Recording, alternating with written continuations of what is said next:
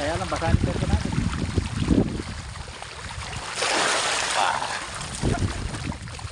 Kain o. Lakas o. Dali lang. Lakasin na kumain o. O. Yan. Malagpud lang o. Ayan. O.